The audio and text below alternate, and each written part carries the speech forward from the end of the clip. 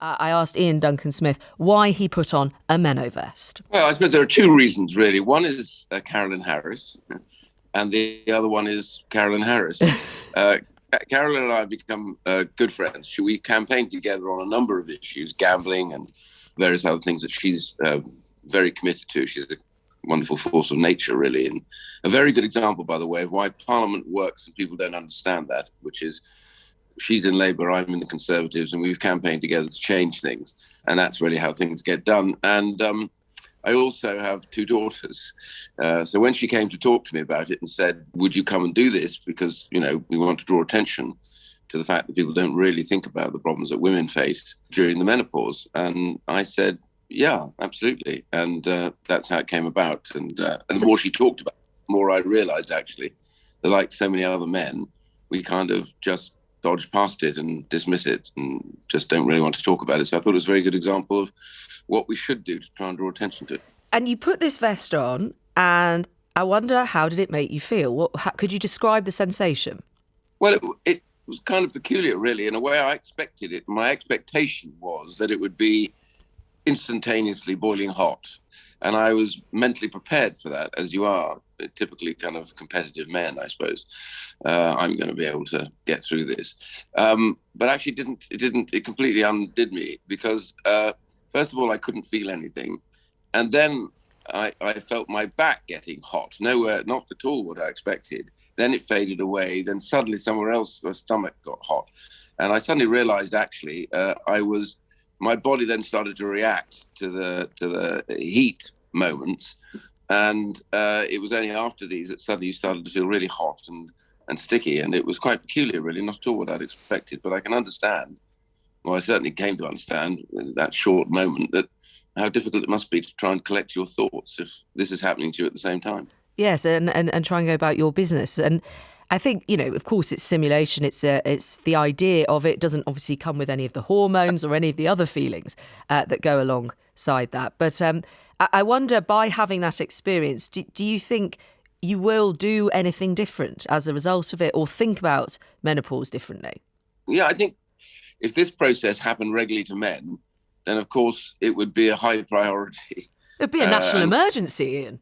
Yeah, we'd be about it. I know.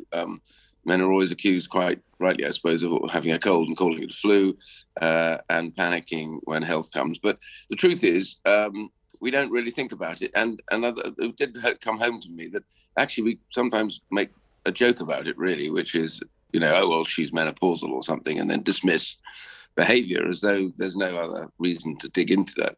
So what I think it does, it makes you suddenly pause and think, well, actually, if women go through this and they're trying to work, it must lessen their capability, productivity, their abilities at times.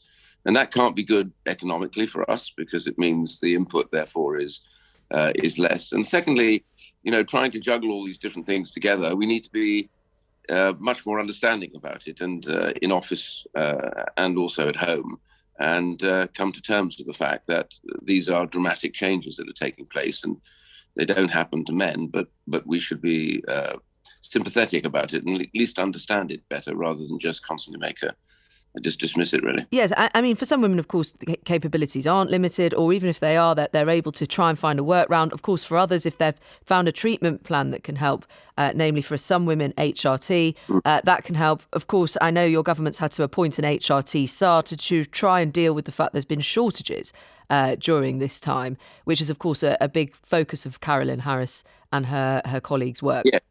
Very much so. So we hope to welcome that SAR to the programme soon. I mean, and I don't know, you mentioned your daughters, but are there women in your life who you've seen go through the menopause? Well, I have, and funnily enough, my mother, I do recall now looking back on it, and of course in those days nobody talked about it at all, and the difficulties she had. And I think just women, and I was trying to run through my head about times when we could have been a lot more sensitive to this and we weren't.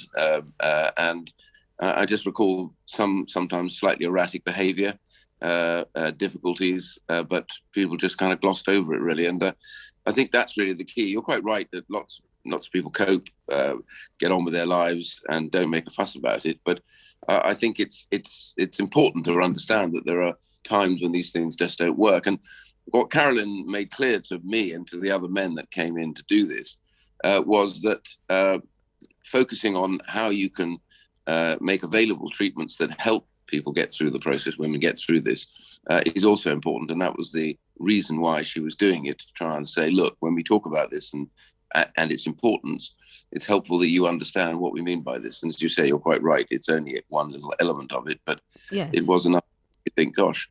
No, I remember interviewing a man who had worn a machine which simulated periods. So he had a whole other experience of trying to handle the logistics of that, never mind the hormones. But I won't draw you on that, Serena Duncan-Smith.